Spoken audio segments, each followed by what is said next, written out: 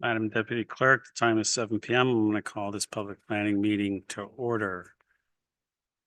The town of Aurora acknowledges that the Anishinaabe lands on which we live and work are the traditional and treaty territories of the Chippewas of Georgina Island, as well as many other nations whose presence here continues to this day. As the closest First Nation community to Aurora, we recognize the special relationship the Chippewas have with the lands and waters of these territories.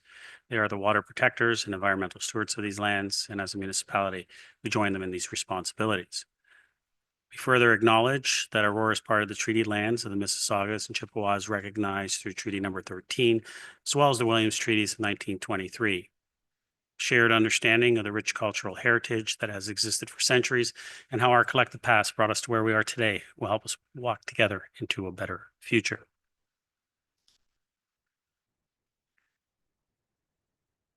Council, can I get a motion to approve the agenda?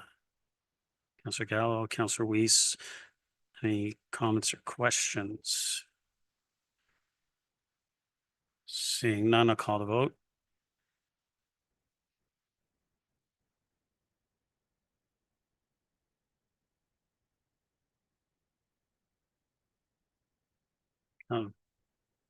Councillor Gardner? You're yes? Is that what that is? Yes? Okay, Councillor Gardner is yes. Councillor Gilliland?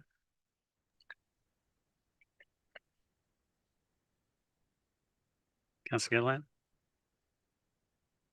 That's a yes? Thank you. Councillor Gilliland's yes.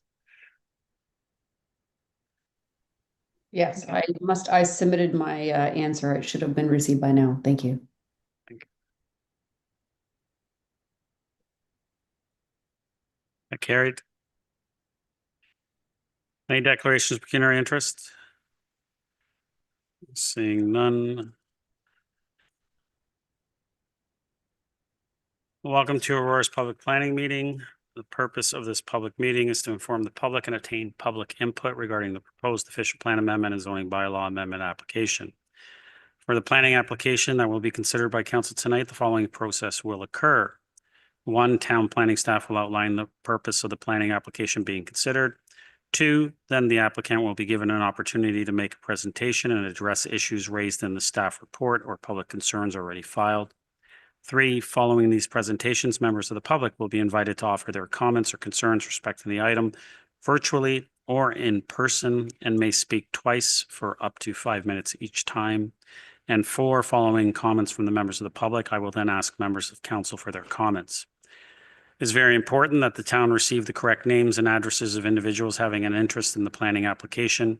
Therefore, if you plan to speak to council at this meeting, or if you wish to be notified of any further council or committee meetings concerning the application being considered, you must complete a planning interested party and speaker request form available on the town's website at aurora.ca/planning notices, or contact Planning and Development Services by email at planning@aurora.ca, or complete a green interested party form and leave it with our committee coordinator sitting at the front. Just holding it up. Thank you.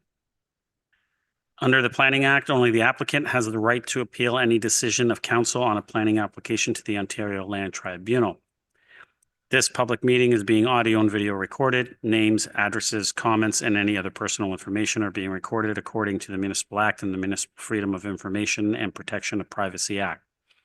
This will help our town clerk prepare accurate minutes and to create a record that is available to the general public, including the town's website. Questions about this collection should be directed to the town clerk, Town of Aurora. I will now ask Deputy Town Clerk to confirm that notification to the public occurred as required by the Planning Act. Madam Deputy Clerk. Thank you, Mr. Mayor. Respecting item 5.1 on tonight's agenda, report number PDS 25110, application for official plan amendment and zoning bylaw amendment, 6768148 Canada Limited, 16003 Yonge Street, and 219-257 Old Yonge Street, part lots 1, 2, 3, and 4, plan 461, file number OPA-2025-03 and ZBA-2025-04. A notice of public planning meeting was published in the local newspapers and posted on the town's website. In addition, the notice was given by mail to all addressed property owners within a 120-meter radius of the subject lands. Two notice of public planning meetings signs were installed, one fronting Yonge Street and the other fronting Old Yonge Street. Public meeting notification has been provided in accordance with the Planning Act. Thank you, Madam Deputy Clerk. I will now ask the Director of Planning and Development Services to begin with the presentations. Mr. Romano. Thank you, Mr. Mayor. We'll ask our Senior Planner, Antonio Greco, to provide a brief overview of the planning applications before us this evening, and then we can turn it over to the applicant, who has his consulting team, and a presentation of their application. So we'll begin with Antonio. Antonio, welcome. Good evening, Mr. Mayor, Council, and members of the public. My name is Antonio Greco, and I'm a senior planner with the town. Before us tonight is the statutory public planning meeting for the proposed official plan amendment and zoning bylaw amendment for the lands municipally known as 16003 Yonge Street and 219 to 257 Old Yonge Street.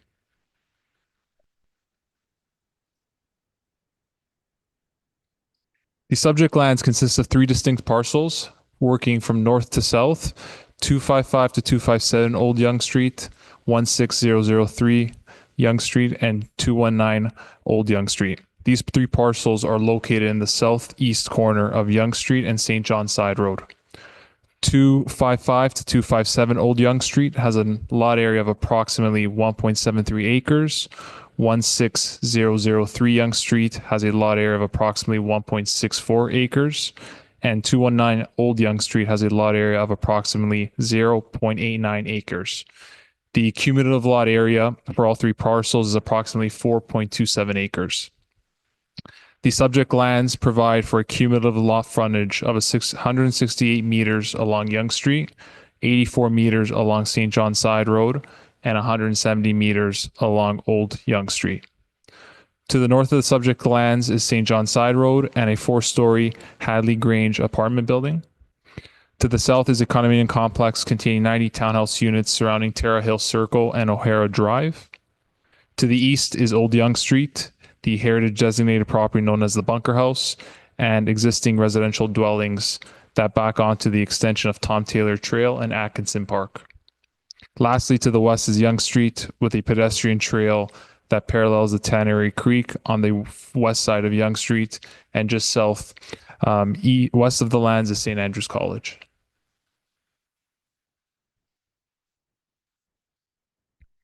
The subject lands are designated within the Town of Aurora official plan as follows.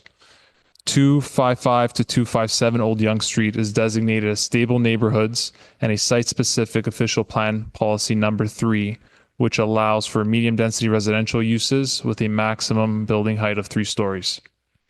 16003 Yonge Street is designated as community commercial center with a site-specific official plan policy number 11 to reflect the existing designated heritage property known as the Red House being used as a restaurant or a bed and breakfast. 219 Old Yonge Street is designated as stable neighborhoods. All three parcels are within the regional corridor, which outlines that intensification can take form of low to mid-rise buildings with a maximum building height of 5 stories.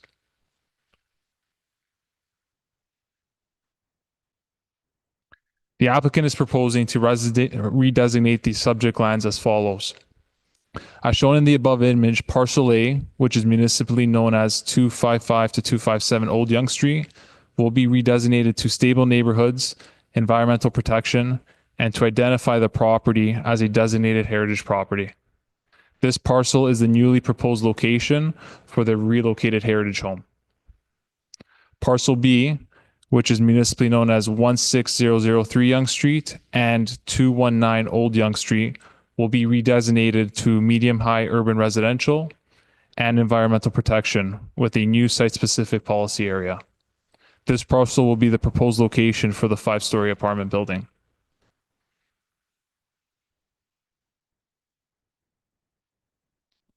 The subject lands are currently zoned within the town zoning bylaw 6000-17 as follows. 255 to 257 Old Yonge Street is currently zoned rural and environmental protection. 16003 Yonge Street is currently zoned community commercial C4, exception zone 295, and environmental protection. The C4 295 zone permits a 95C restaurant with a minimum of 35 parking spaces for a bed and breakfast. 219 Old Yonge Street is currently zoned Special Mixed Density Residential R7, Exception Zone 374, and Environmental Protection. The R7 374 zone limits the permitted uses of the property to office, excluding medical offices, with the exception that a basement shall be only used for accessory storage.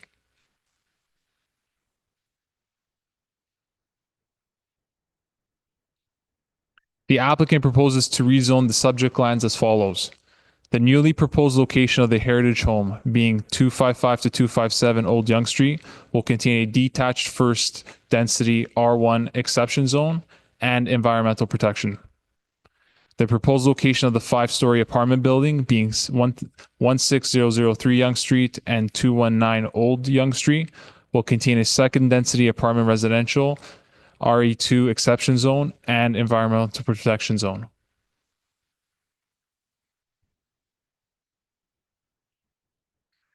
As part of the official plan and zoning bylaw amendment applications, the applicant has provided a conceptual site plan.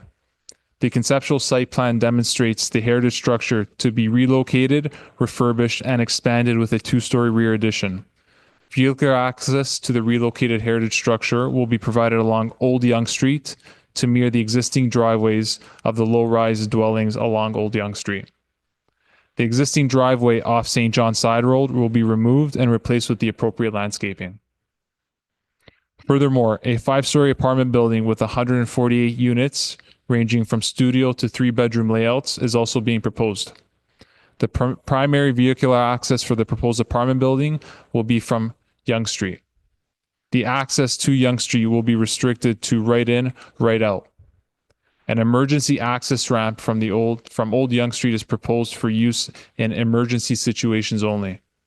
The apartment building includes a 2-level underground parking garage with a total of 169 spaces.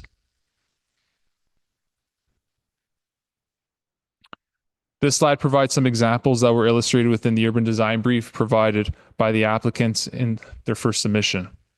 The subject applications were also presented to the Heritage Advisory Committee on October 6, 2025.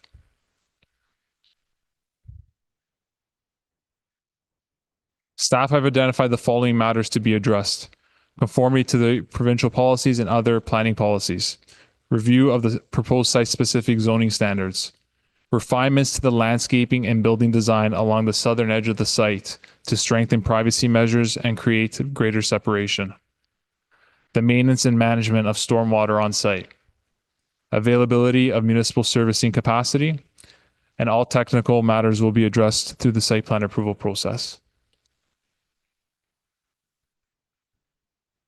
Next steps in the planning process: receiving council's feedback and, when appropriate, a staff report with recommendations being presented at a future committee of the whole meeting for consideration. All interested parties will be notified of updates relating to the subject applications. Any further applications will be subject to the approval of the land use amendments as being presented tonight. Thank you, and I remain available for any further questions. Thank you, Antonio. Mr. Romano? Thank you. Through Mr. Mayor, we can ask the applicant's planner, Oz Kamal, to come up and provide their presentation. Thank you.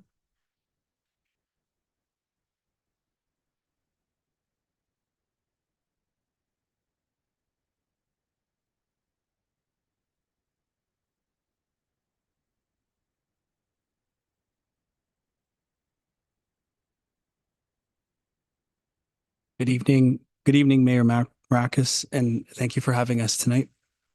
My name is Oz Kamal. I'm a registered professional planner with MHPC Planning and have been retained by the applicant to assist them with the planning approvals for the lands located at 16003 Yonge Street and 219 to 255 Old Yonge Street. I'm joined here today by members of our consulting team, including Julian Janamian, the owner's representative and project manager, Emma Kohlmeyer from ERA Architects, our heritage architect, Carrillo Rua from BA Group, our transportation consultant, and Brad Baker from Burks NHC, the environmental consultant, to help answer questions following the presentation. As noted, no decisions are being made tonight on the proposal. the purpose of tonight's meeting is to introduce the official plan and zoning bylaw amendment here in Aurora. And this will also be an opportunity to ask questions and provide feedback.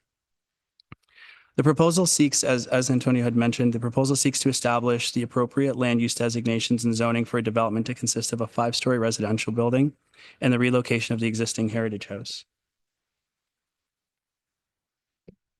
The presentation today is going to consist of 5 sections: an overview of the proposal, understanding of the physical context, a summary of the development application, a description of the design of the proposal, including how the proposal has been updated based on some of the community feedback we heard at the last community meeting, and lastly, an opportunity to ask questions. So first, we'd like to discuss the proposed development on the subject lands. The proposal consists of one 5-story residential building and one single residential dwelling unit. The residential apartment will be located within the southern portion of the site at 16003 Yonge Street and 219 Old Yonge. South is Paper Right. The residential apartment will provide 148 residential units ranging from 1-bedroom to 3-bedroom units. Access to the residential building will be provided through the existing driveway along Yonge Street that will connect to a pickup and drop-off area and 2 levels of underground. An emergency access is also provided along Old Yonge Street. This is not the primary entrance. It is only to be used in the case of an emergency. Indoor and outdoor amenity areas will be provided throughout the proposed development, including an at-grade patio area in the southeast corner of the site and a rooftop terrace. The existing red house, the Heritage House, located at 16003 Yonge Street, will be relocated to the north of the lands located at 255 Old Yonge. The building will be restored to its original use, which is a single-family residential house. Vehicular access to the relocated Heritage House will remain on Old Yonge Street via a driveway to accommodate 2-car parking spaces similar to the driveways that you see along Old Yonge. I'm now going to discuss the physical context of the site.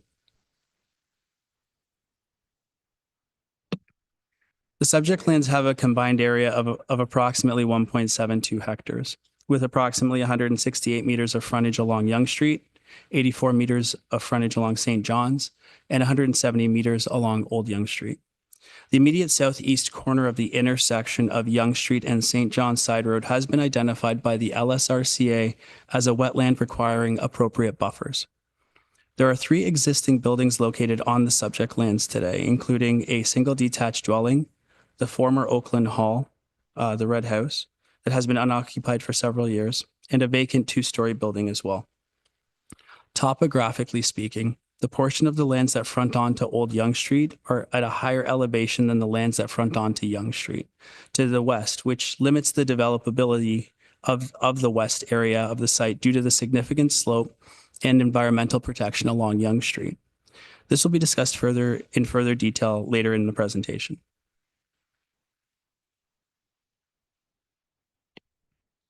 The figure on the screen illustrates the area surrounding the subject lands, which include mainly residential and recreational uses. To the north of the subject lands across St. John's Side Road is a single dwelling unit followed by the 4-story Hadley Grange apartment and a public trail system. There is also an active development application for 39 townhomes to the north of the site. East of the subject lands lies Old Yonge Street, followed by single detached residential dwelling units. A development for 30 townhome units to the east of the subject lands was recently approved in 2024 through settlement at the Ontario Land Tribunal as well. Immediately south of the subject lands is a condominium complex containing 8 townhouse blocks. On the west side of Yonge Street is a public trail system that parallels Tannery Creek, followed by rural estate lots.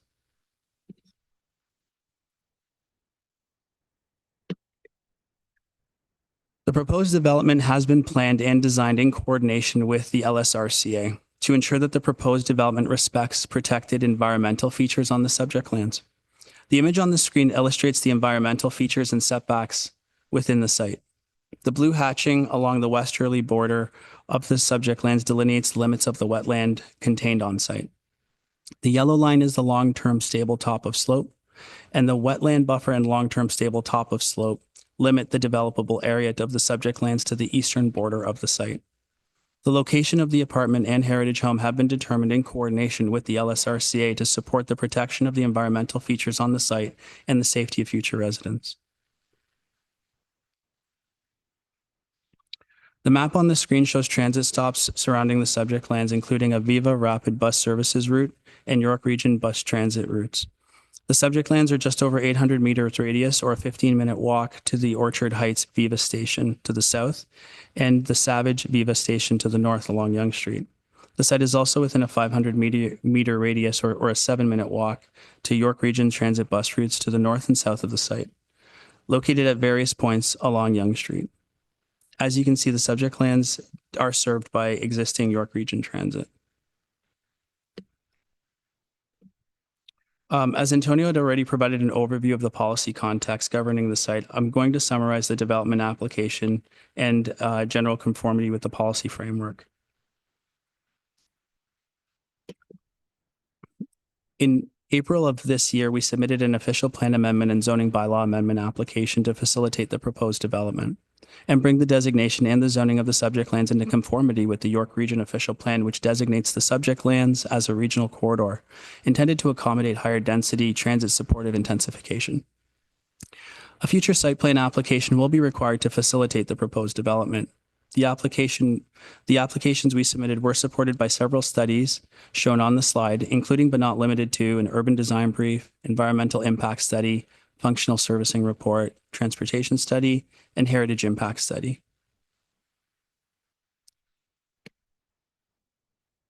I'm now going to provide an overview of the design of the proposed development, including how the design has been altered in response to public feedback received at the community meeting approximately 4 weeks ago. As noted, the proposed development is a 5-story residential building on the southern portion of the site and a relocated heritage building to the northern portion of the site.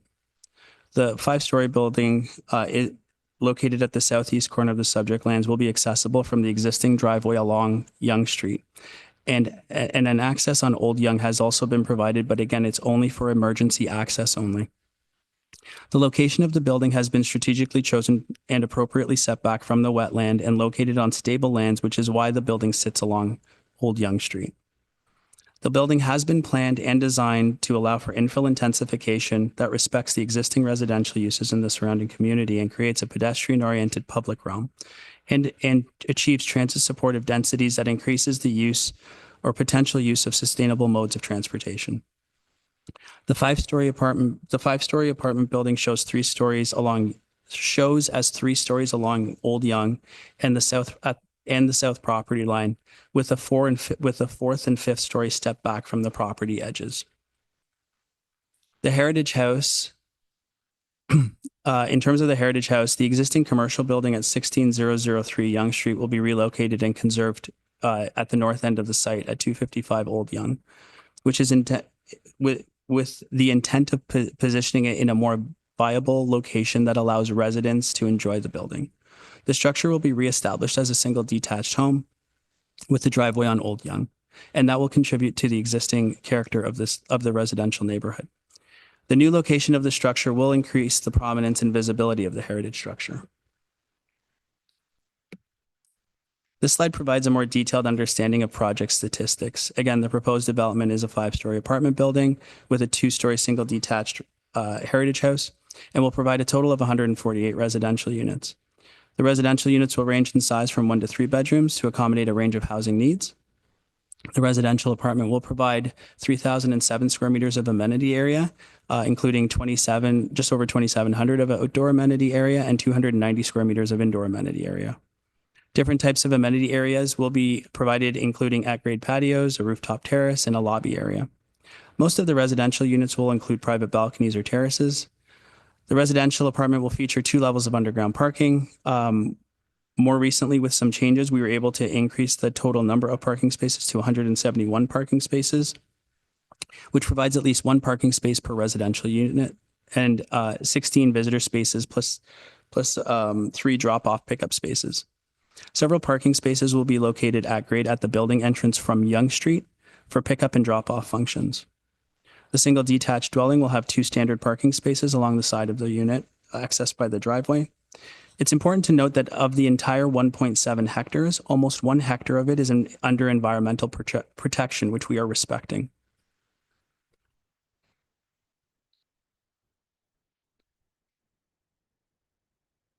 We held a community information meeting on October 22nd. The intent of the meeting was to gather feedback and answer questions from the public about the proposal and to help us inform about potential changes to the development and design of the development. The meeting was well attended by the public, and everyone had the opportunity to provide feedback, which was recorded by the project team. Some of the major reoccurring themes that we heard at the meeting included concerns about the spacing between the proposed 5-story apartment and the existing townhomes to the south, specifically with respect to the impacts on privacy and shadowing. Questions about increased traffic generated from the proposal along Old Yonge Street. Concern about the height of the 5-story residential building. And concerns about if and how the existing vegetation, specifically the existing cedar trees along the south property line, will be protected.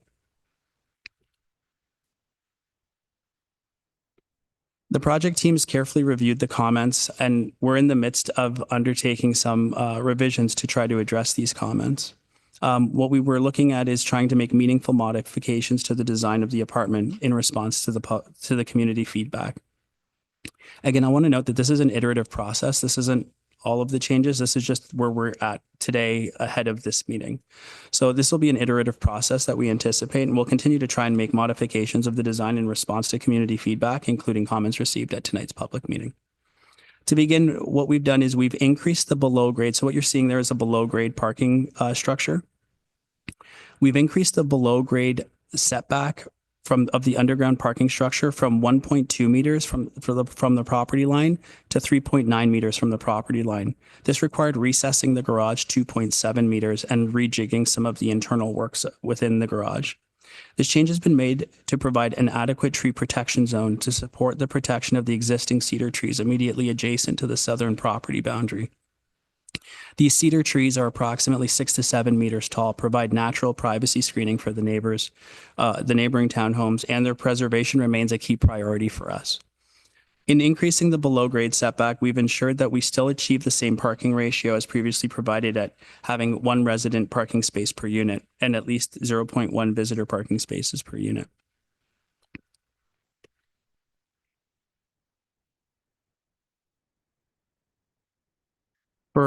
At grade, we've made several design refinements to create a stronger, more respectful interface to the townhouses to the south. The at-grade patios have been recessed from 2.5 meters from the property line to 3.9 meters from the property line in the revised design. The setback includes a 1.1 meter wide exit pathway and now a 2.8 meter wide landscaped area. The exit pathway will extend along the entire south facade of the building, connecting the exit stairway from P1 at the southwest corner of the amenity area to the southwest corner of the amenity area to the southeast corner. The landscaped area has more than doubled in width from the design presented at the community meeting from 1.2 meters to 2.8 meters. This increased buffer has been provided to create an even greater vegetated setback to the townhomes to the south. We're continuing to explore planting options within this landscaped area that will enhance privacy for residents while not competing with the existing cedar tree root system along the southern property line. It's also important to note that the overall building setback to the south property line is 6.6 meters, which exceeds the town zoning bylaw requirement of 6 meters.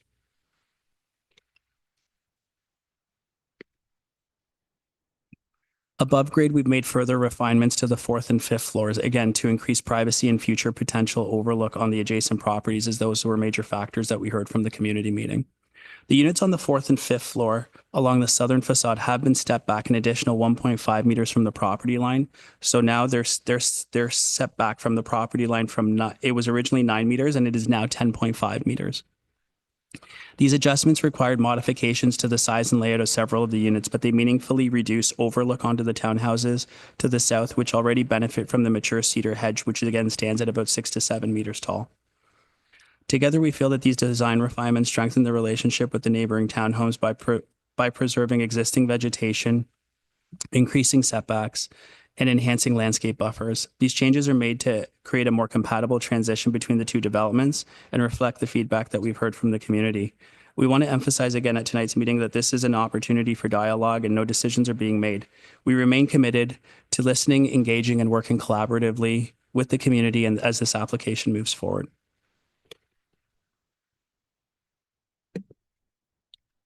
The graphic on the screen shows a rendering of the proposed residential building looking northwest. As you can see, the base of the building lies parallel to the property line to frame the street edge and create a continuous landscape street wall, which is intended to improve the public realm from Old Yonge Street. A pedestrian pathway has been provided along the entire frontage of the building from Old Yonge Street to provide a safe and accessible pedestrian connection from the building to the right-of-way. The massing and orientation and scale of the proposed building will balance the need to provide higher density built forms that support transit usage while supporting the existing low-rise buildings in the surrounding area. The building is intended to incorporate an architecturally interesting building facade and high-quality materials that will contribute to the identity of the community.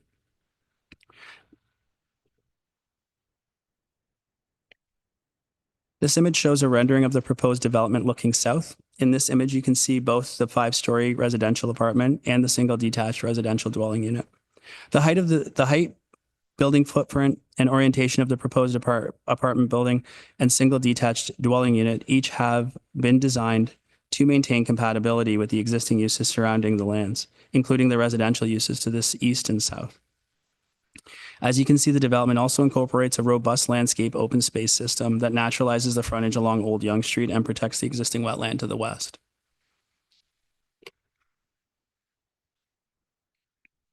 This slide shows our prospective timeline for the proposed development. Again, we held our pre-consultation meeting with the town on March 7th. A stakeholder meeting was held on March 7th, 2024. A stakeholder meeting was held on February 5th, 2025. The application was submitted on April 21st, 2025, and later deemed complete on May 5th, 2025. And then we held the community information meeting on October 22nd, 2025, which brings us to where we are today, at the public meeting where we're here to answer questions and gather feedback from the public and the council. Thank you for listening to my presentation. Our team is here available to answer any questions. Thank you. Move to members of the public. First, I have Anna Strunger. Anna, welcome.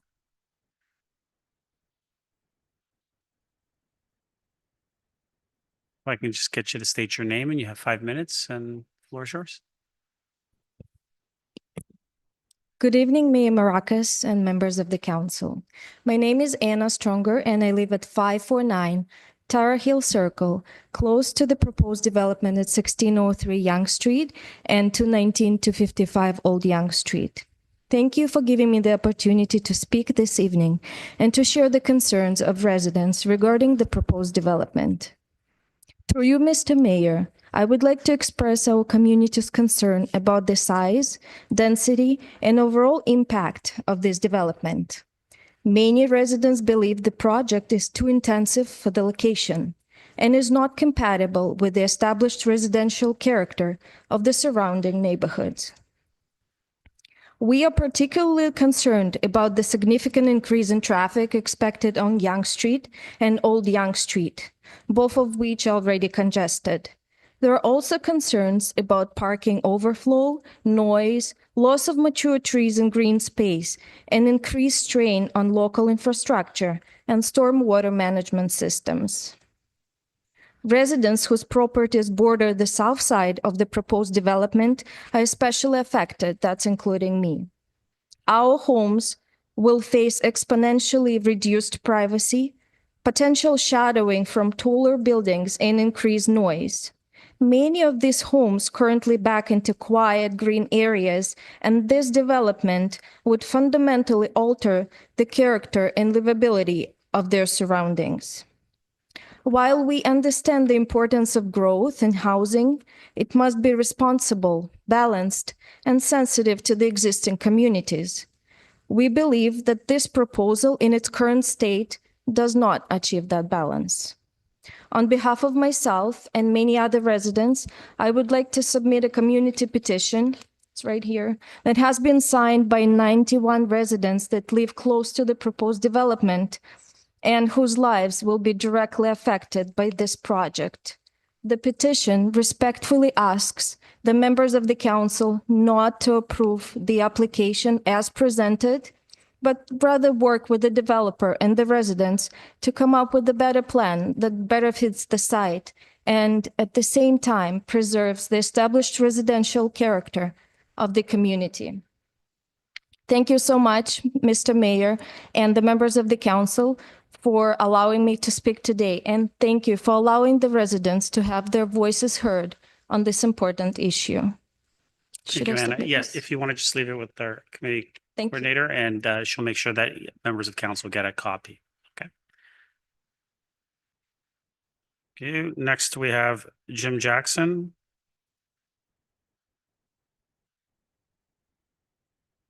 Welcome, sir. If I can just get you to state your name, you have 5 minutes and the floor is Good yours. evening. My name is Jim Jackson, and I thank you, the mayor and the councilors, for giving me this opportunity to speak. I'll be brief.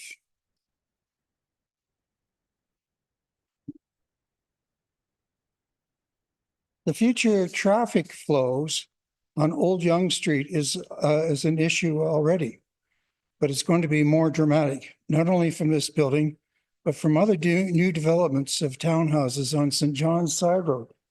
There's another site for development planned for the future on the north side of St. John's, up by the Senior Citizens Building.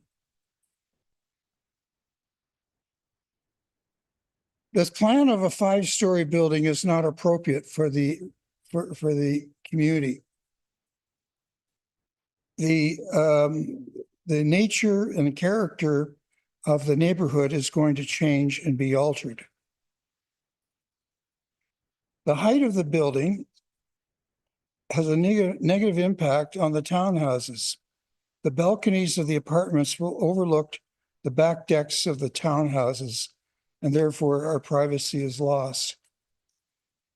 The change from stable neighborhoods to medium to high density will alter the character of the neighborhood. 200 more cars parked at 219 Old Yonge Street, an underground garage with access to Old Yonge Street. This building is also connected with other developments already approved. So this is the reasons why, or some of the reasons why I would like to have this plan stopped right now, and perhaps the developers could come up with a better plan. Thank you very much. Thank you, Mr. Jackson. Next, I have Corey Elizabeth Jackson.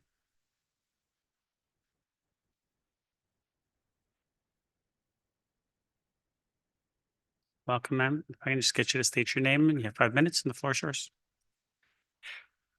Good evening. My name is Corey Jackson. We live on Terra Hill Circle. Our backyard contains some of the cedar trees in question. And I have 2 concerns for the line of cedar trees in the backyards of several properties adjacent to the proposed building. Number 1, what measures will be taken to ensure that the root system of the cedar trees will not be damaged by large-scale excavation for the building, including underground parking? Is there a study in the public planning report that addresses this issue? Number 2, how can residents in adjoining homes to the proposed building be assured that the reduction of natural light caused by the structure will not further harm the health of our cedar trees? Does the sun shadow study by Raw Design in the public planning report address this issue? Thank you. Thank you very much. Next, I have Kim Curry.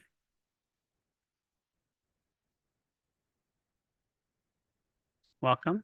I'll just get you to state your name. You have 5 minutes and the floor is yours.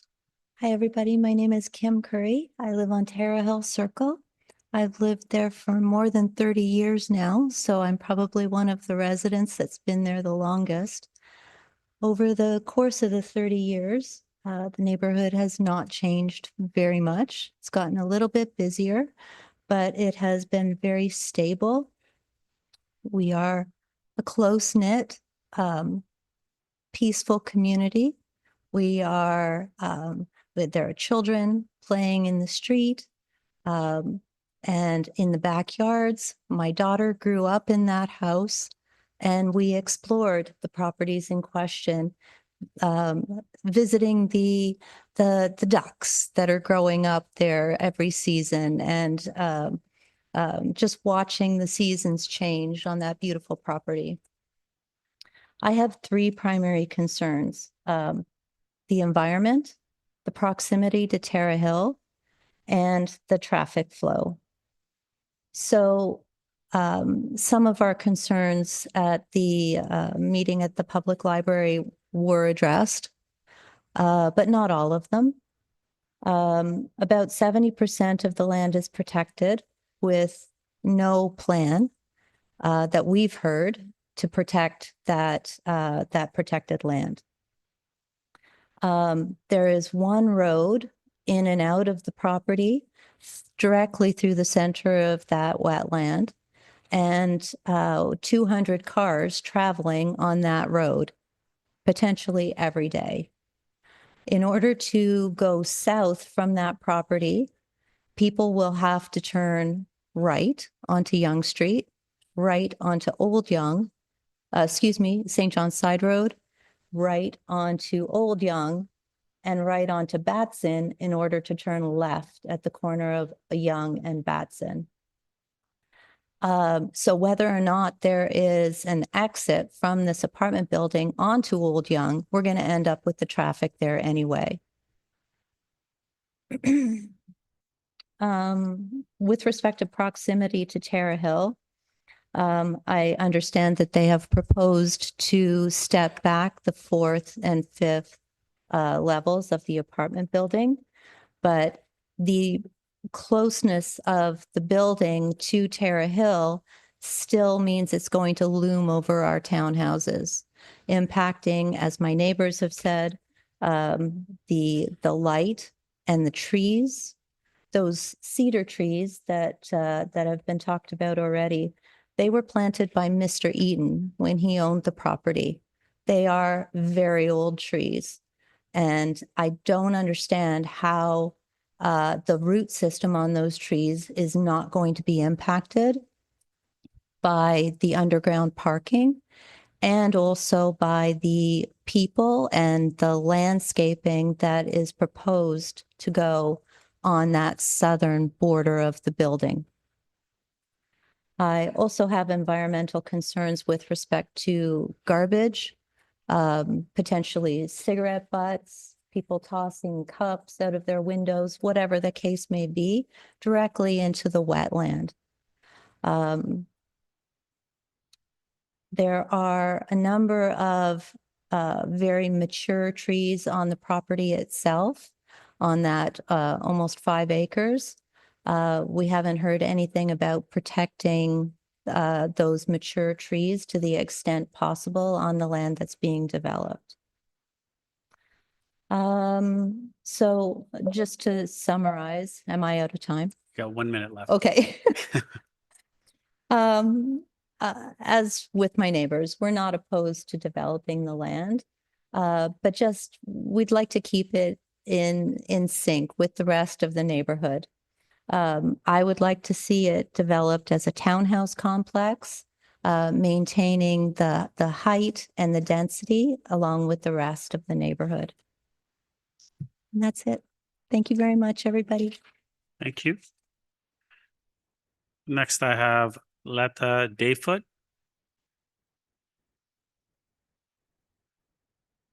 Welcome. I can just get you to state your name. You have 5 minutes and the floor is yours. There's also a button to bring down the, You can bring it down? yeah, is right by this. Can we do that for her? Please, thank you. There we go. Good evening, Mr. Mayor and members of council. My name is Lita Dayfoot. and I reside on 12 Oaks Drive here in the beautiful town of Aurora. From my perspective, there are two very significant drawbacks to the proposed development that is the subject of this meeting tonight. I would respectfully like to draw the mayor and councillors' attention to these two drawbacks. One, the use of section 3.12 of the official plan regarding the intensification within regional corridor. And two, the lack of safe and accessible critical infrastructure available to the residents of the development, in particular, sidewalks. Now, speaking briefly to the York Regional Corridor, the development and planning report presented here tonight states that all three parcels are within the regional corridor, and then continues to relay that in accordance with section 3.1.2 of the official plan, allows the intensification in the form of low to mid-rise buildings with a maximum building height of 5 stories. Now, I would like to bring to the mayor and councillors' attention that 80% of the main proposed building structure is located outside of this regional corridor. So, the justification of a 5-story building on the premise that it is within the regional corridor is debatable. One more point on this particular drawback. As the bulk of the proposed 5-story apartment building is within a residential neighborhood, I bring to attention section 3.2 of the town's official plan. I quote, "Existing residential neighborhoods are envisioned to remain low density in nature, while generally accommodating gentle intensification in the form of additional dwelling units, as well as slightly denser forms of development on the edges of residential neighborhoods, while maintaining and enhancing the existing character of the neighborhood." Now, speaking more importantly to the lack of safe, accessible infrastructure. Sidewalks. There are no safe connections from the proposed apartment building to public sidewalks. In fact, there are no existing public sidewalks on Young or Old Young Street adjacent to the planned development. In addition, the primary access driveway from Young Street to the proposed apartment building also doesn't have a sidewalk. Future residents traveling on foot to and from Young Street would be sharing the driveway and contending with the vehicles. How is this considered safe? Without sidewalks, one would be hard-pressed to find a safe and easy access to the trails, the Young Street transit system, parks, and schools that are in close proximity to this proposed development. Not to mention the importance for the senior population or persons with disabilities. If I were a parent of a young child, I'm almost finished, I would be worried about my child running through the lovely landscape shrubs straight to oncoming traffic on Old Young Street to catch a bus. Without lingering on the importance of establishing critical sidewalk infrastructure, I summarize this in a question for the mayor and councillors to consider. Does the current surrounding infrastructure of this proposed development support and provide for any safe and sustainable mobility options of transportation for these future residents, without establishing access to critical sidewalk infrastructure? In summation, and foreseeing the infusion of 300 plus residents within this residential area, which the proposed development will certainly bring, without examining the pre-mentioned drawbacks, would be a disservice to the present and future residents of this community. I appeal to council to take the time to consider these issues along with directing staff to address these issues with the developers, giving leeway for a revised report for a future public planning meeting. Thank you. Thank you. Next, I have Mr. Lear.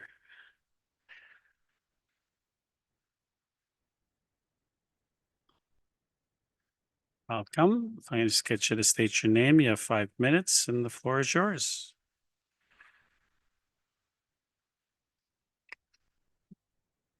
Hi, my name is Conan Lear, 220 Old Young Street. Can I go up? Yeah, you can go up. Don't explode. Good. Thank you, Mayor, Council, and staff for listening to my talk here. You'll be surprised to hear that there's some repeating topics here. I promise you we did not coordinate our discussions. We will just see the same concerns. The subject lands have a significant frontage on Old Young Street. 2 of the 3 parcels have Old Young Street addresses. This feature and the proposal should be considered equal and as important as the fact that the property fronts on Young Street. The Young Street is a regional corridor, but that section of Young Street is not in the Aurora Promenade or the major transit station areas where strategic growth and resource investment intensification by the town is anticipated. This section of Young Street is the responsibility of the region, so we are in their hands with respect to any supporting intensification investments anticipated with the inclusion of 300 new residents.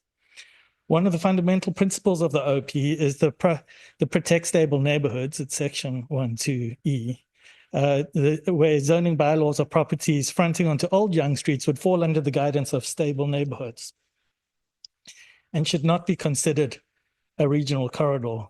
It's to this end that I feel the height of 5 stories is an overreach, as the building is clearly fronting predominantly on Old Young Street, where surrounding houses are 1 and 2 stories at the moment. A 5-story building with the mechanical room on top of those 5 stories could not be positioned in a worse location on this property. This is the highest point in the surrounding neighborhood and will result in an overbearing building looking down on all its neighbors, even if it was restricted to 3 stories. This would be a hard pill to swallow. I'd like to share some comments that I heard at the public meeting that would not been included in the summary that was shared. Traffic, obviously an issue. Residential traffic, any leaving traffic that is southbound will undoubtedly, you heard this, St. John Side Road, Old Young, Batson before heading south on Young. Any returning traffic from the west will take Old Young, Batson before being able to turn north on Young. Any returning traffic from the north on Young will take St. John's, Old Young, Batson before being able to turn north. And any traffic from the east on St. John's will likely take Young South and various types of U-turns at Batson to head north on Young. We have no empirical evidence for Old Young Street, despite this being a subject of many development meetings we have had, but 300 new residents will not have a net zero effect on the traffic on Old Young. Through traffic, we heard from members at that meeting from residential areas outside of our neighborhood that use St. John's and Old Young to get to and from work. That intersection, they fear, will increase congestion and the development would contribute to. With 3 other approved significant developments in the area, it's clear that this intersection will quickly become the most congested intersection in Aurora, and drivers are already considering Young and Wellington as viable alternatives. Pedestrian safety, another big deal. The subject lands are bordered on 2 sides by regional roads. To the west, Young, where I hear municipal sources that the region has no plans to install sidewalks. The only road under the town's jurisdiction that the subject land borders is Old Young, which has a sidewalk on the opposite side of the street, and there are no plans for pedestrian safety in that area. Jaywalking over Young, Old Young, and St. John Side Road will predictably explode, as traffic patterns will encourage residents to catch their rides in a convenient location for the vehicle, not for the pedestrian. This building is not on the regional corridor. It is part of stable neighborhoods and should remain zoned as such. Without an immediate plan to implement crosswalks, sidewalks, and other pedestrian safety, and without mature plans on how to deal with the traffic on Old Young Street, I don't believe a building of this nature should be considered. Regardless of where it is situated on the property, I would think something resembling what we have at Tara Hill would be much more appropriate. I'd like to acknowledge, as all neighboring residents, we have a burden and duty to bring concerns to council. It is in this spirit that I plead with the town to make planning decision that is serious, that with the seriousness it deserves. I'd like town to focus on stimulating the Aurora Promenade and the major transit stations and move out of reactive posture and towards a strategic leadership position. One paragraph. Go ahead. By spending my ratepayer dollars on those initiatives, the town will enable more bang for my buck. It will encourage developers to understand that Aurora's focus is on sustainable development and not developer margins to the detriment of established neighborhoods that already struggle with infrastructure needs. Thank you, Mr. Lee. Are there any other members of the public that would like to speak? Come on up. We can just get you to state your name. You have 5 minutes. The floor is yours. This one's so easy, I don't even need a canned speech. My name is Jordan Drodge. I live at 98 Richardson Drive in Aurora. That's in the Regency Acres neighborhood, part of the Aurora Highlands, located near Confederation Park. I think I speak for everybody when, we'll just make this short and simple. No. Thank you. Thank you. Any other members of the public? Come on.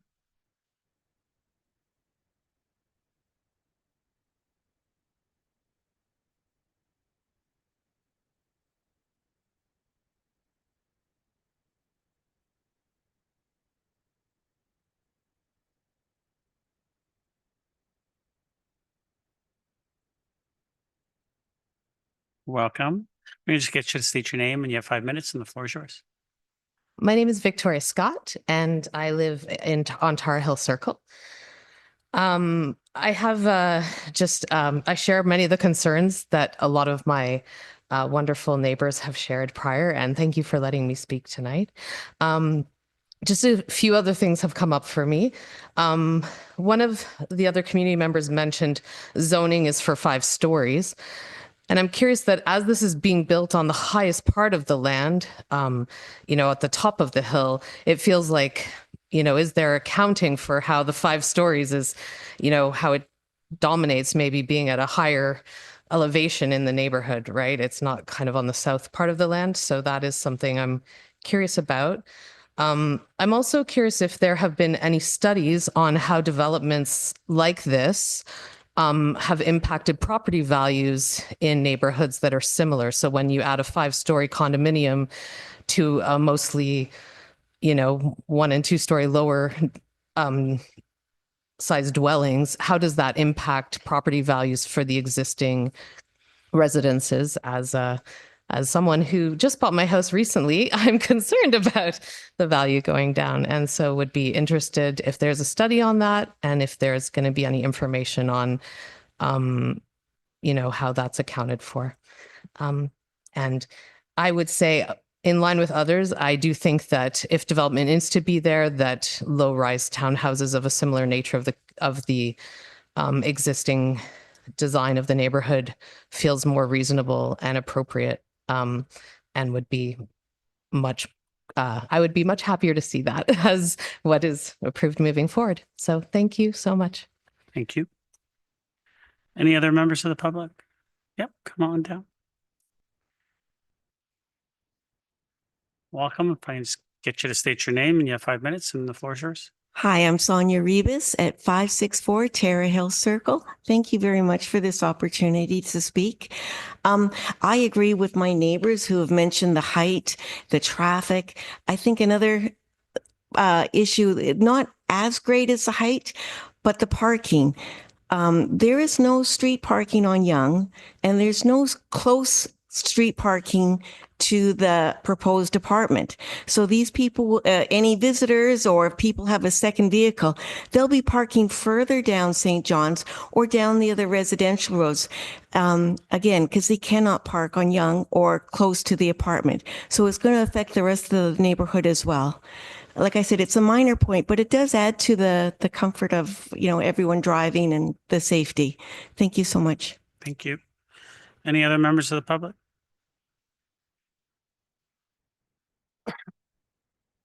Seeing none. I close the public portion of this meeting.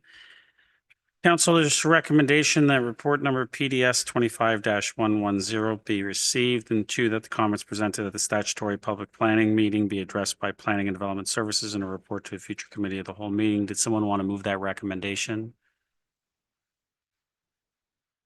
Councilor Gallo, is there a seconder? Councilor Weiss, thank you. Any comments or questions to the applicant or to the report? Councilor Gilliland, go ahead. Thank you. Hearing a lot of comments around the community, I really do have concerns about the traffic with the right in and right out. And there was some really good points that were brought up. And not just the right in, right out on Yonge Street, but also the right in and right out on Old Yonge up out in St. John's. And I know that that's a fairly new pilot that the region has been doing. Through Mr. Mayor to Mr. Ramuno, has that been taken consideration as far as a traffic pattern that might be expected in this community? Ramuno?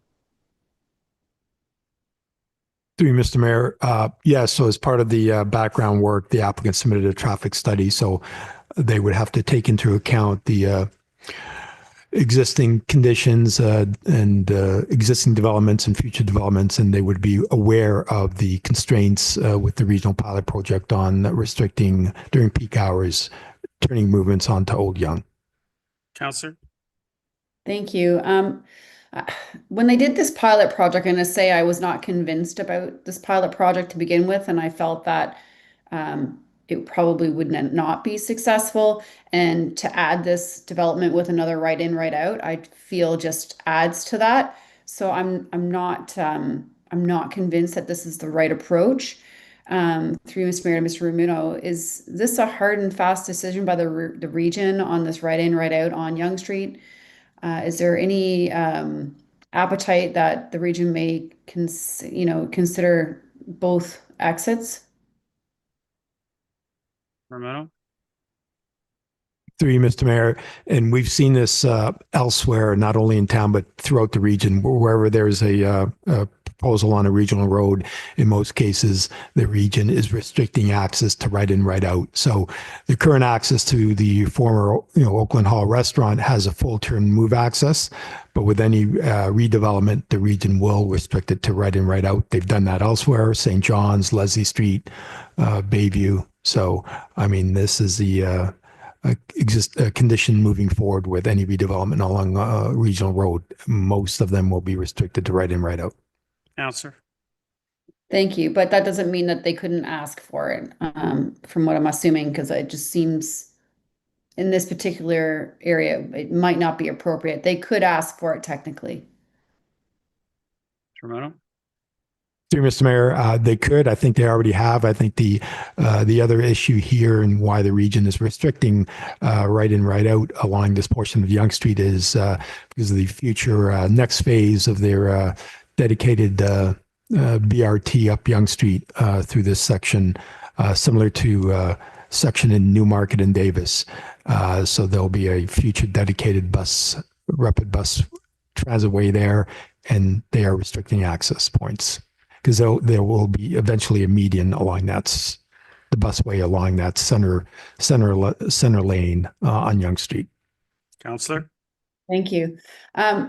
Okay, I didn't know that. I thought that Yonge Street was too narrow for that. I for some reason thought by Orchard Heights or something or other that they couldn't put the median there because Yonge Street's too narrow in that area. Am I misunderstanding that? Councilor, I believe it's to run to St. Andrews College, and it would end at St. Andrews College. from the region's reports. Okay, gotcha. Okay, I guess my other comment is, and I know that, I have been an advocator on the regional corridor for intensification and where it's appropriate by public transit, which this is. However, this is set rather far back from Yonge Street, and as some residents had said, outside of that regional corridor area. And I would have to agree that the proposed 5 stories that do back onto the Terra Hill Circle community is rather imbalanced. And I could see, some townhomes mixed in with the 5-story just further north where it's not encroaching into that community might work. I guess through you, Mr. Mayor, to the developer or Mr. Ramuno, is that something that they might consider, is to maybe look at their site plan and consider doing townhomes along the backside or the south side of that project to have a bit more of a gentle density. Romano? Through you, Mr. Mayor, I mean, that's obviously a comment that we've heard from some of the residents. And I think based on the development limits where the building is, that is the developable portion of the site. So the applicant's proposing a 5-story building. Again, they could, that's the development limit. So whatever is going to be developed there, whether it's a townhome project, it'll be in that location because the balance of the lands are within the floodplain area, or over to Yonge Street at the northern portion of the wetland. No, sir. Thank you. Yeah, I hear that, and I see that, and I understand that, and I see that they are respecting the environmental area, and they're designating some heritage, which is great. The movement of the Redman House. There's a lot of positive things. There's no doubt about it. But my goal is really just to address some of the concerns. And when I look at that southern portion of the 5 stories on that one corner that backs on, that's where I see there might be some opportunity if they just did some townhomes in that little strip, much like the development by Elderberry on Yonge Street, how the developer had decided, okay, we're going to do some low rise in this area, but we'll have townhomes on the back, so it's not so encroaching on the neighboring communities, which is why we have stable neighborhoods. That's kind of why we decided to put that policy in place. So I would prefer the developer to come back with that southern portion that backs onto this Terra Hill Circle, some townhomes in that little strip, and then the other part. Obviously I feel that that's, you're stepping up, and I would feel that could be a nice balance in an approach with the community. That would be my comment. Thank you. Councilor Ruiz? Thank you. And I concur with a number of things that Councillor Gilliland suggested. And again, the suggestion of the gentle density on the south with townhouses. I don't know whether the developers prepared for that or would even consider it. I will thank the developer though, because they have shown that they're interested in listening. I've been following this one for probably 3 or 4 months, and at every turn there's been opportunities for change, and I've seen some of those changes in there. So I want to thank them for that. Can I get I've just been taking some notes here, and through you, Mayor, to Mr. Ramuno, there was a discussion about whether this is in the regional road guidelines or it's not in. Can you be accurate about the distance between Yonge Street and what that regional road allowance allows? Mr. Ramuno? Through you, Mr. Mayor, the Council Weiss, I think you're referring to the overlay of the regional corridor designation. Yes, I mean, I can have Antonio pull up the proper figure, but as we've heard, with our new official plan in 2024, the regional corridor designation applies to the Yonge Street corridor. In this instance, as we've referred to on our map, majority of the property is within the corridor. However, that portion just west of Old Yonge Street is outside of the regional corridor. If we take that roughly 100-meter distance from Yonge Street, there are other policies within the regional corridor section with respect to the appropriateness of the development block, et cetera. But there is the one figure that identifies the hatching of the regional corridor. And it doesn't extend right over to Old Yonge Street which is correct, as we've heard from some of the residents. Council. But your suggestion is that it does comply, looking at some of the other regulations that are adjacent to the regional corridor. Is that correct, or did I hear that wrong? Mr. Romano. Through you, Mr. Mayor. So as part of this rezoning process, that's something that we're looking at with all the other comments and issues regarding traffic. But again, the big test is the appropriateness of this form of development in this location. Fair enough. Thank you. A couple of the residents were asking about pedestrian pathways, and the problem with the pedestrian pathways that I've seen in this is they kind of lead nowhere. They lead around the inside of it, and there's no connections to Old Yonge Street, no safe ones, and elsewhere. So do we have a plan for a crosswalk that would go across Old Yonge Street on the east side of this, where they've put the crosswalk, or sorry, the pathway? Through you, Mayor, to Mr. Romano or Antonio? Mr. Romano. So through you, Mr. Mayor. So Council Weiss, I'm sorry, are you asking about a crosswalk across St. John's or Yonge Street? Across Old Yonge Street. Old Yonge Street. So good point. So currently right now, the sidewalk exists on the east side of Yonge Street. Again, that's something that we can consider Old Yonge Street. Yeah, Old Yonge Street. So again, that's something we could consider as part of any development application, installing whether it's a full pedestrian crosswalk or just hatching along on Old Yonge Street. So that is something that we could certainly look at. And as you know, we are undertaking a townwide pedestrian crosswalk study that'll be done sometime in 2026.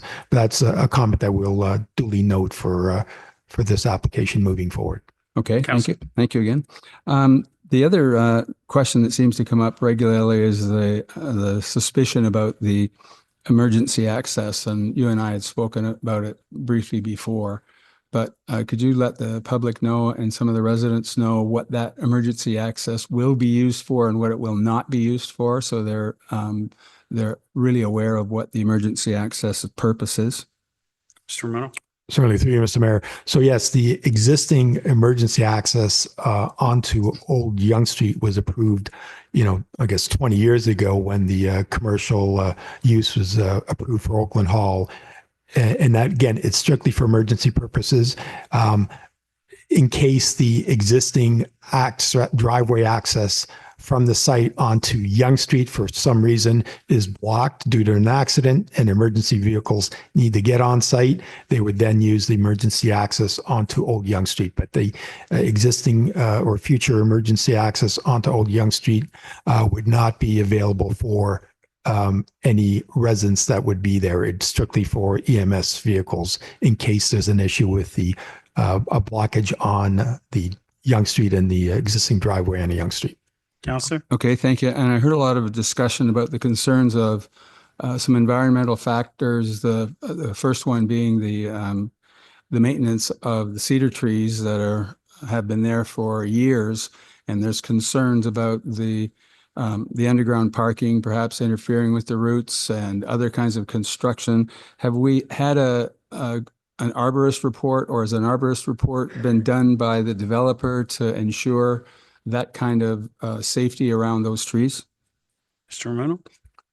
Through you, Mr. Mayor. So yes, the applicant has prepared an arborist report, and as we've heard tonight, based on some of the comments that the applicant heard at the community information meeting, they're proposing an additional setback to ensure that if there's construction on site with the underground parking, the existing cedar hedge would not be impacted. So they are proposing a larger setback. Again, that's another issue that we'll make note of as well as part of our review of their environmental reports and arborist reports.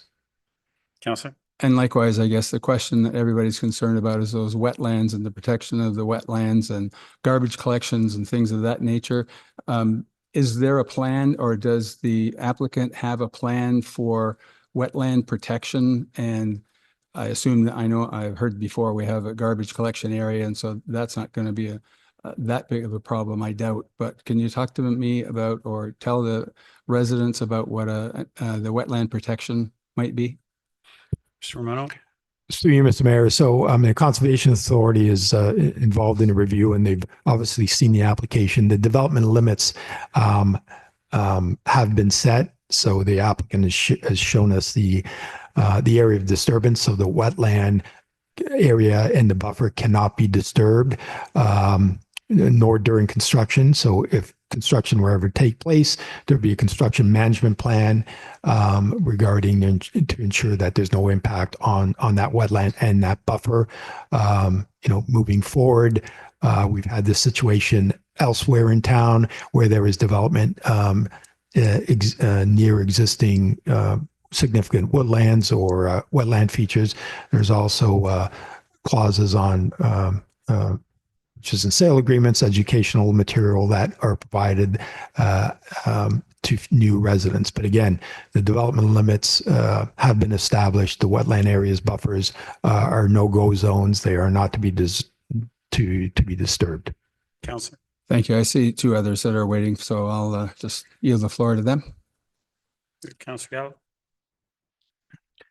Thank you. Thank you, everyone, for attending and your remarks. They're extremely helpful to us to help us make decisions. I don't want to, most of my questions have been asked and answered, but I do want to go back to the regional corridor, because to me, that's a pretty pivotal question for this development.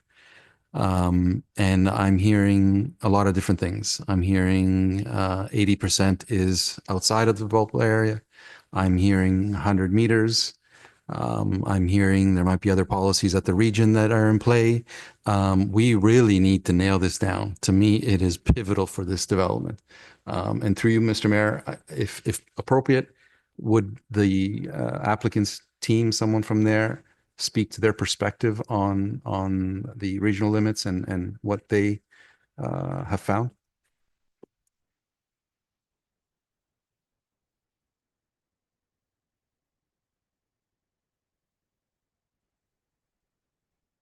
Go ahead. Through you, Mr. Mayor. So with respect to the regional corridor, our interpretation is, and what we've seen in other municipalities and in other sites, is that what happens is some municipalities, they'll take a broad brush stroke and say it's regional corridor is down Yonge, and it doesn't, and so if you front on Yonge, you're on the regional corridor. Other municipalities will take a more detailed mapping exercise and say things like, if you're 100 meters on either side of it, that's in the regional corridor. Anything outside of it is not. It comes down to the individual municipality, and the issue is when you have larger, deeper properties. So, for instance, our site is a good example. We have environmental constraints, yes, but our property holistically fronts on the regional corridor, and it's technically a through lot because it goes all the way to Old Yonge. So our opinion is that you can't just cut the property in half and say only half of it is in the regional corridor. The whole property is in the regional corridor. And other developments that you'll see down the road, like where you're seeing more and more developments, for instance, in the GTA in Toronto, they look at these shopping centers, these larger shopping centers. Just south on Yonge, you have these really deep lots on shopping centers. To suggest that only the front is in the regional corridor and the entire property can't be developed because it's in the regional corridor, I think the council will see a lot of applications that'll be challenging that interpretation. So we take it as it's, if the lot fronts onto the regional corridor, it's in the regional corridor. That's our interpretation. Thank you. Councillor. Thank you, and I appreciate that. I'm gonna just to staff, to someone having heard that, and this 100 meters that we've also heard, Is that part of our OP, or where does that 100 meters come in play? Mr. Romano? Through you, Mr. Mayor. So the regional core designation is new to our official plan. Council approved that in 2024. And so we've just started to implement that. We've dealt with a couple applications, or we are dealing with a couple applications along Yonge Street at the south end. And so we've been at, council has asked that question to us as well. Well, what is the extent of the regional corridor? The mapping exercise that was prepared as part of that really straddles Yonge Street, either side of Yonge Street. There was really no dimension provided in the official plan, but and I agree with the Mr. Kimmel, part of the interpretation and part of the consideration that, me and my staff will undertake is to review whether, number one, the parcel is contiguous to the Yonge Street corridor. There are a number of factors. This one is a little unique as well in that it has direct access to Yonge Street. But as we've heard, the build form isn't right along the Yonge Street frontage. It's on the old Yonge Street frontage because of the environmental constraints. That 100-meter dimension is typical practice in a lot of municipalities. And we came up with that 100 meters just based on our mapping exercise when this came up in our first application at south of Yonge Street regarding the scaling of our mapping exercise. But that's not the only factor. It's also a question of, if it's an entire parcel, like in this case, is it appropriate to consider this current proposal as part of the regional corridor? Is the 5-story height and the built form, how it's oriented, access, etc., also appropriate in this location? So it's something that we need to consider as part of this OP and rezoning application. Counselor? Thank you. So in my view, it's still not necessarily settled. And to add confusion, one of our mapping actually has, the hatching line that's partially through this site. It would have been nice actually to have an overlay of the development. I don't know if we have that with the hatching of the regional corridor. To me, quite frankly, this is the pivotal question that we have for this application, and we really have to get it right, or at least get a sense from our perspective on where we sit. Do we have it, or through you, Mr. Mayor? Which slide is it? Mr. Mayor, it's figure 3. Figure 3? Oh, put that up. Figure 3 of the report. Figure 3 of the staff report. It shows the hatching. It doesn't show an overlay of the actual building on the site. Yeah. That's what I was kind of. It's fine. Yeah.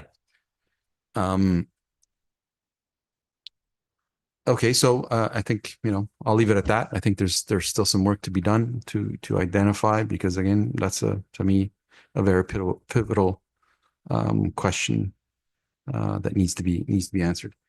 I would, through you, Mr. Mayor, if it's possible, I think we have a traffic consultant here. Would it be possible to have that person come up and just speak to some of the concerns that the residents have in terms of, is someone wanting to go southbound out of this property? What has the traffic study determined? Do they go up Yonge, right on St. John's, and then right on Old Yonge, and then do all that? Welcome. Good evening, Mr. Mayor, council members. My name is Kirill Riwa. I'm the traffic consultant for the applicant team. So as part of our traffic study, we assess the peak hour traffic volumes when the traffic is busiest from the site, and that's during the weekday morning and weekday afternoon peak hour periods.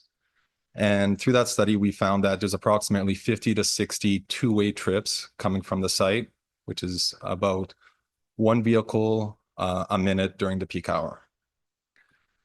Traffic that would be leaving the site and looking to go southbound would first travel north along Yonge, as mentioned earlier, and would head east along St. John's Side Road, which is a regional arterial road, and would continue eastbound to Bayview and or Leslie Street. Both Bayview and Leslie Street at St. John's Side Road have dedicated eastbound right turning lanes, which will support and facilitate this corridor route. traffic looking to get to the site from the south is anticipated to come either along Yonge Street or through Highway 404. And the interchange that is closest to the site is the Wellington Street interchange south of the subject site. They would travel westbound and then north along Yonge Street and take a right into the site. Council. Thank you. Thank you. And I'm not sure if you can or if staff, in terms of pedestrian, I don't know if you dealt with pedestrian sidewalks or any of that. Through you, Mr. Mayor, did you study any of that? Depends on what the question is. Well,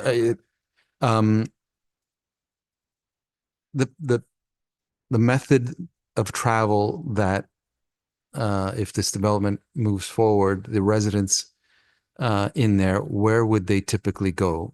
Down the driveway to Yonge Street, Old Yonge Street to St. John's, and then across there we have access, I believe, on the south side. What is the anticipated mode of traffic for a pedestrian? Yeah, go ahead. Thank you for the question. One of the things that came up from our original meeting with the ratepayers was pedestrian access and the lack of pedestrian access. So one of the things I didn't highlight in the presentation is Old Yonge is currently deficient in terms of its right-of-way width. So one of the things that we're also doing is we're dedicating the remainder of the Old Yonge right-of-way that's outstanding. So the frontage along our properties, a portion of it, I think it goes in, it starts wide on the south end and kind of narrows out. So we're getting Old Yonge up to a 20-meter right-of-way, which does allow for the opportunity for the town in the fullness of time to decide if whether the west side should have sidewalks or not, public sidewalks. That being said, one of the things that we heard from the community was that they wanted to make sure that people could still move like along the new building that we're proposing, the 5-story building. So what we did is in the interim, and it's in, if you saw from one of the aerial views, you can see a private sidewalk is proposed along the entire frontage of it, going across the emergency access to the Heritage House. That was done on purpose just because there is a lack of a sidewalk on Old Yonge on the west side. In terms of where I would envision people to go, I would see them crossing Old Yonge and using the sidewalk on the east side. If they were going to go up to St. John's, I see them potentially, I would think, like, if it was me, I would probably just go up and come across. If I was going south, I'd probably just go south along Old Yonge as well. I don't think I would use Yonge. I walked Yonge Street, I think 4 times in various capacities, one on my own, twice with the Conservation Authority, one with the region. It's not safe. Like I wouldn't use Yonge Street, like as it sits today. It's just not safe. It's too close. Like you feel the cars as they fly by you. So I would use Old Yonge. That's what I would do.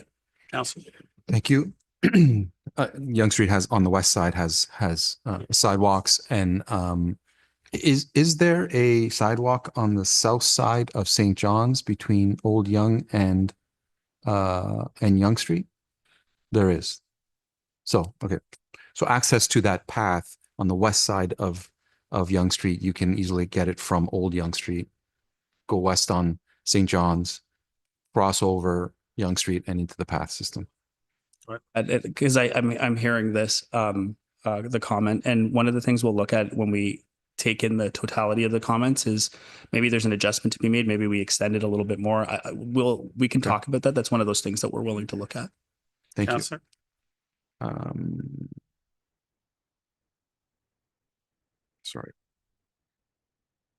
That was it. That was it for me. Thank you. Thank you. Councilor Gardner.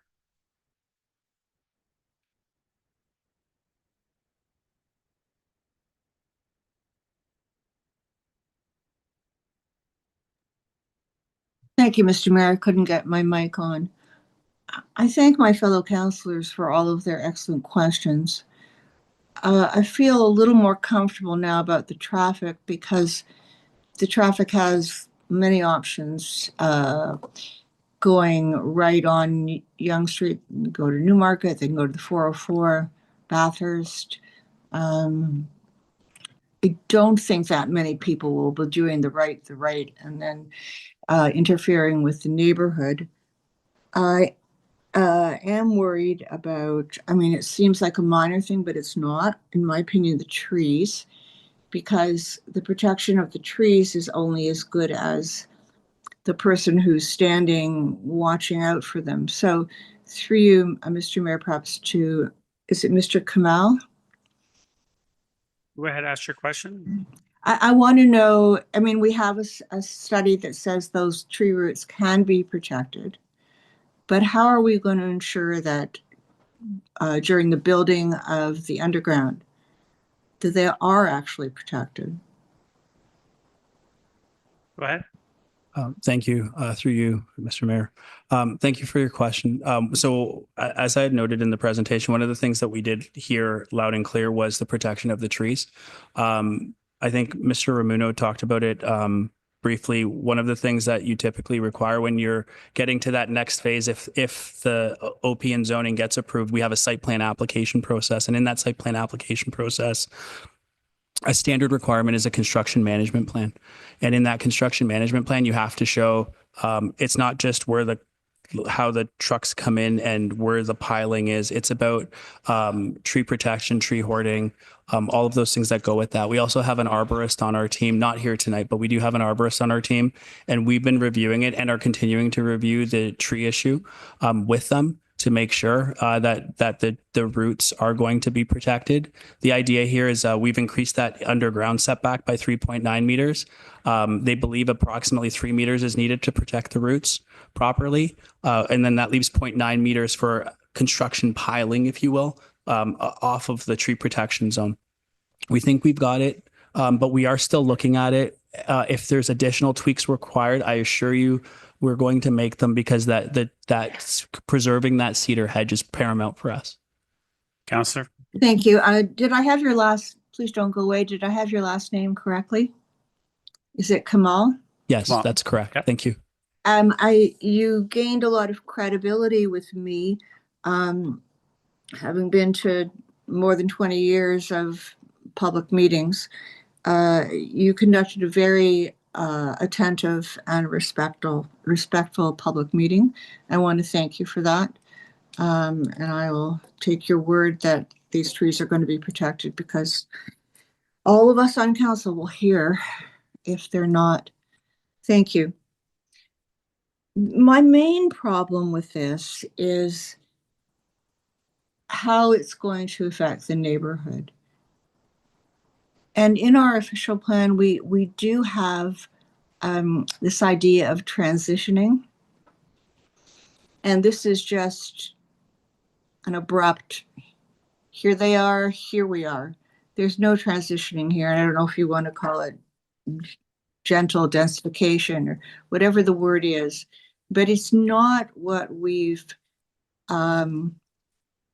pretty much adhered to all these years. And it's certainly not what our principles say about building new communities next to old, or increasing densities next to old.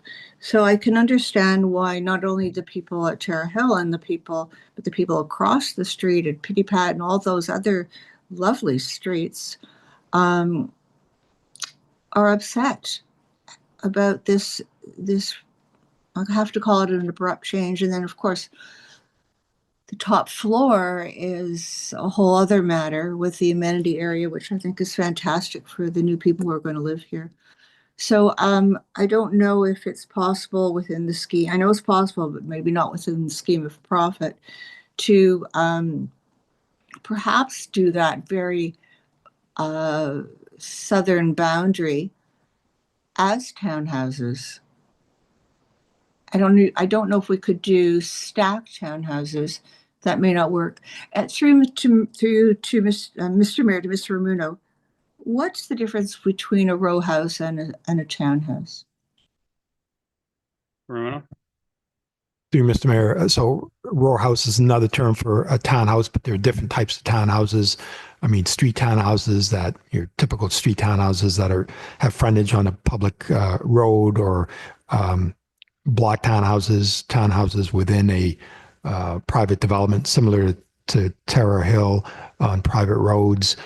Stacked townhouses are new built form where they're kind of a hybrid. They're, units above townhouses. So there are different built forms that we're seeing over the last, number of years. Thank you. My only concern with a townhouse, I think you could have quite narrow townhouses. I've been in many, but anyway, I think that might work. Then you have to figure out what to do about your front door and your front patio. But even if they were stacked, I think that the residents would be happier with those than what is presented now. I think that's all. I think the applicant has done a lot of work on this, and I congratulate them. But those of us on council have to be mindful of the people that are living in the area, and it's our job to protect them and make sure that all is well. And this development isn't that. Thank you. You, Councillor Kim. Thank you, Mr. Mayor. Just want to thank all the residents for delegating this evening. And certainly the concerns of the residents is not unexpected, and your concerns are valid. And, those are things that we should certainly be concerned about. Through you, Mr. Mayor, to Mr. Ramuno, looking at our official plan, I see gentle intensification mentioned 5 times. Existing residential neighborhoods are envisioned to remain low density in nature while generally accommodating gentle intensification in the form of additional units and so forth. And you hear that language 5 times, but at the same time, we do understand that there is the Yonge Street corridor.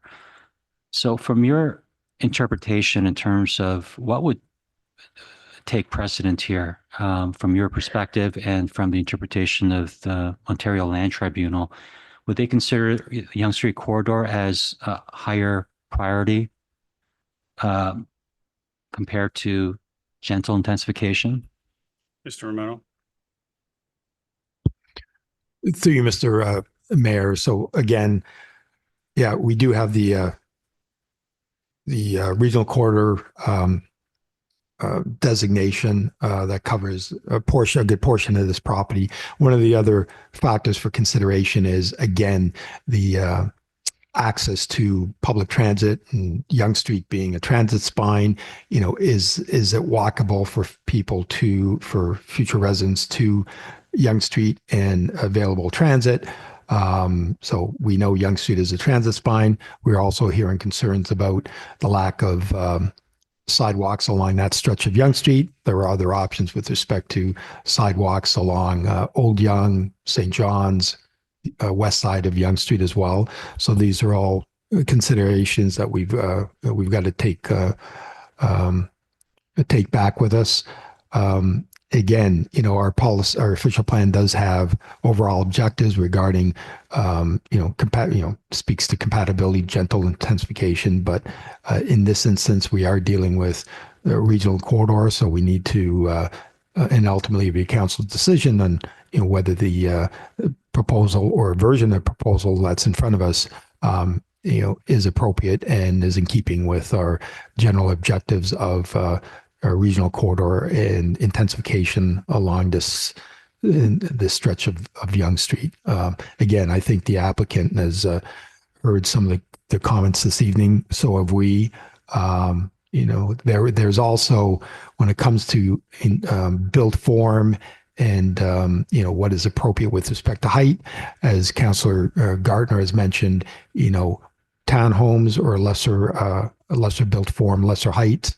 It could be also, a building built form, as we see here, with respect to stepping it back, 3 stories or 4 stories or less and stepping that back, providing a greater separation. So there are different ways of achieving sort of that transition between one built form being towns or ground-related housing like 2 or 3 story housing and something a little higher.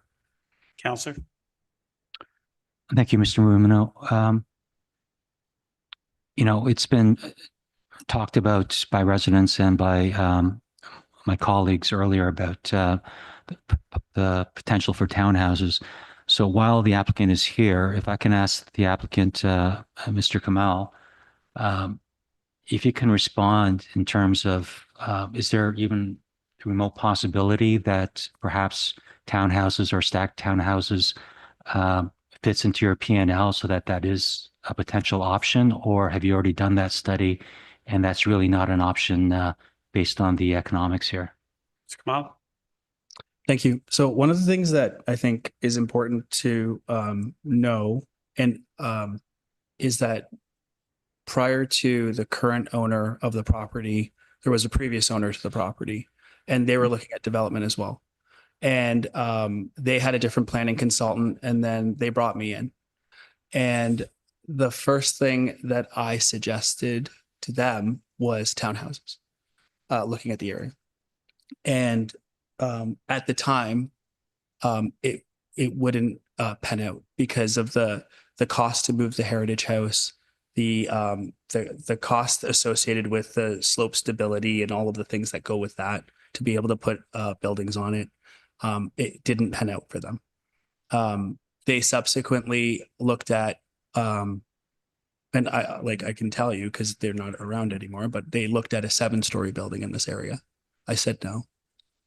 I said I'm not going to write that report. That's not happening. And then I didn't hear from them for a long time, and then I found out that it was sold. And then a new proposal came in, and we talked about compatibility. We talked about the same thing, the regional corridor versus the neighborhood, and could we find a balance where I think what I'm hearing tonight is there's a balance. I think it's slightly, I would say it's skewed right now to this council and to the residents. Let us take that back. Let us play with it. Let us talk to staff. We've been, if anything, I think people have seen that we're willing to make changes. Will it be straight townhouses or stacked towns? I can't say that. I just don't think it's going to pan out. It was expensive before, too expensive to build. I think it's not gotten cheaper. But let us play, let us look at it and see what we can do together with staff like we've been doing. Your staff's been great. They've been very upfront. Counselors have been very upfront with us. And I would just encourage you to keep doing that so that it helps us kind of guide us to get to something that you can support and we can build. That's what we're looking for here today. Thank you.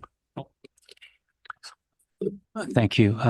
Through you, Mr. Mayor, I really appreciate your candor, and I have to agree with Councillor Gardner that we certainly appreciate your candor, clarity, and providing that history and background. It does certainly help us, and the honesty in your response. So thank you.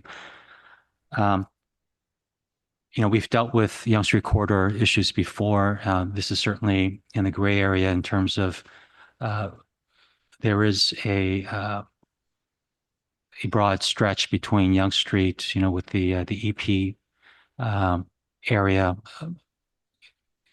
splitting Yonge Street and the billable space. I just want to, instruct and remind residents that any decisions we make today is not firm, but if we approve to move forward to committee of the whole, it's just to keep the conversation in the public instead of forcing this into a closed session, or the applicant could certainly go to the Ontario Land Tribunal directly. So I think based on the conversation, staff and the evolution of the communication over the last several months, I think it would behoove us to continue the conversation to see if there's a workable plan.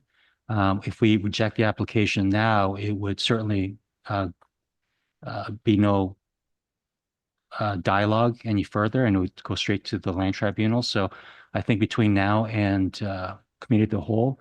That will give us, excuse me, an opportunity for staff to investigate, review, and give us their recommendation. And we could potentially have further dialogue at the committee of the whole. So just want to let residents know about that. Thank you.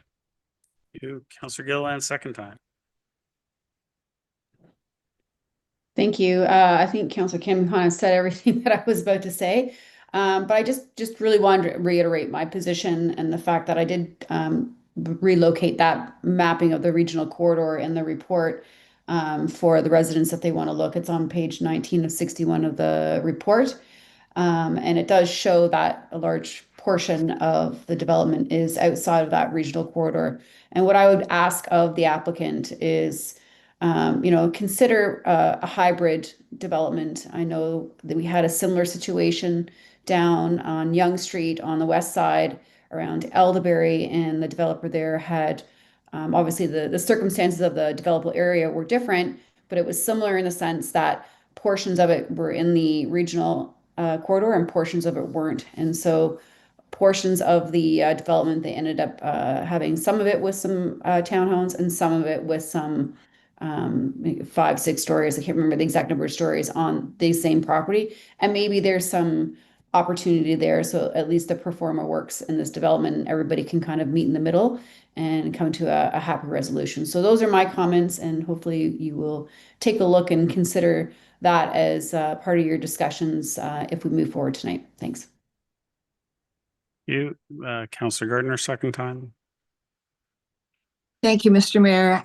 I think when we're looking at the regional corridor issue, this is a rather interesting one because of the wetland that we cannot develop along the regional corridor. And I think that changes the picture somewhat.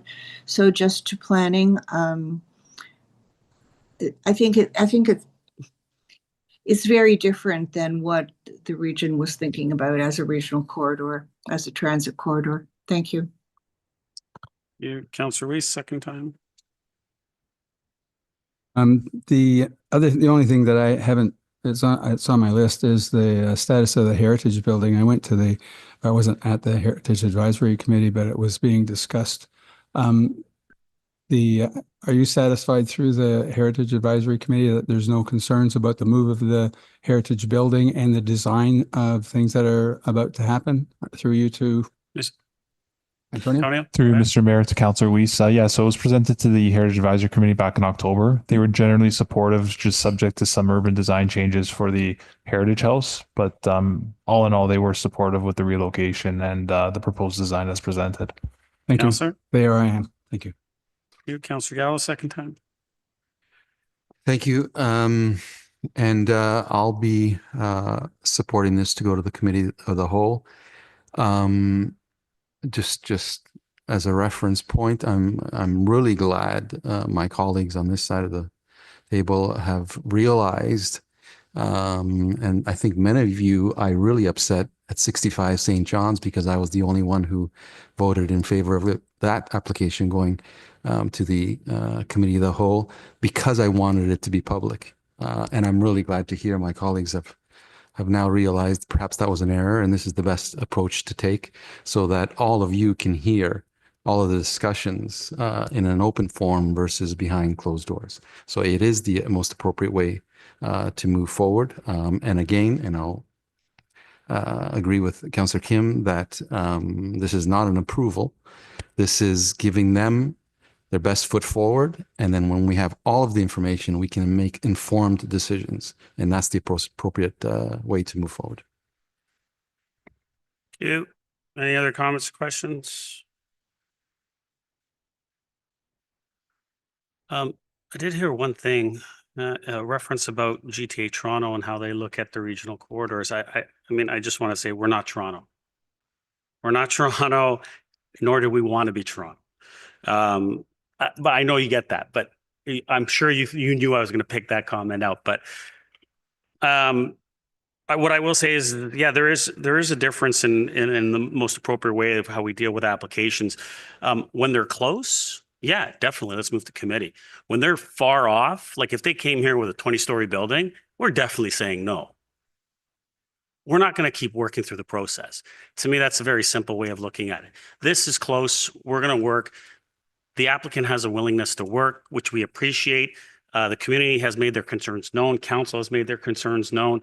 My suggestion would be to the applicant, go back, work on those things with our staff, listen to what our community has said, listen to what council has said, and come back to committee with some alterations that hopefully all of us can get on board with and move forward, whether that's townhomes, whether it's how you step it back, whether we drop the height, whether it's, adding in pedestrian features that allow for people to be walking, the way the traffic flows, all these things that you've heard this evening. If you can work on the majority of them, I think we can get to a place that we could all be happy with and have a development that meets the expectations and fits within the neighborhood. And so we would appreciate that. And I want to thank each and every one of you for coming out this evening.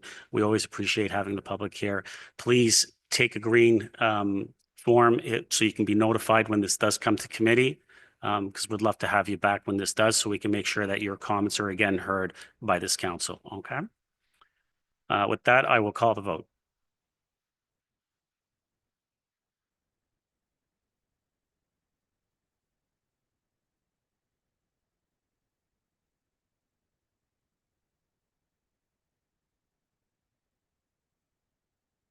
Councilor Gardner? Oh, went through. Okay. That carries. Confirming bylaw? Someone want to move that? Councilor Weiss, seconder. Councilor Kim, all those in favor? Opposed? That carries. Motion to adjourn. Councilor Weiss, Councilor Kim, all those in favor? Opposed? That carries. We are adjourned. Thank you, everyone. Thanks for coming out. And as I said, please grab that sheet so you can be notified when the committee happens.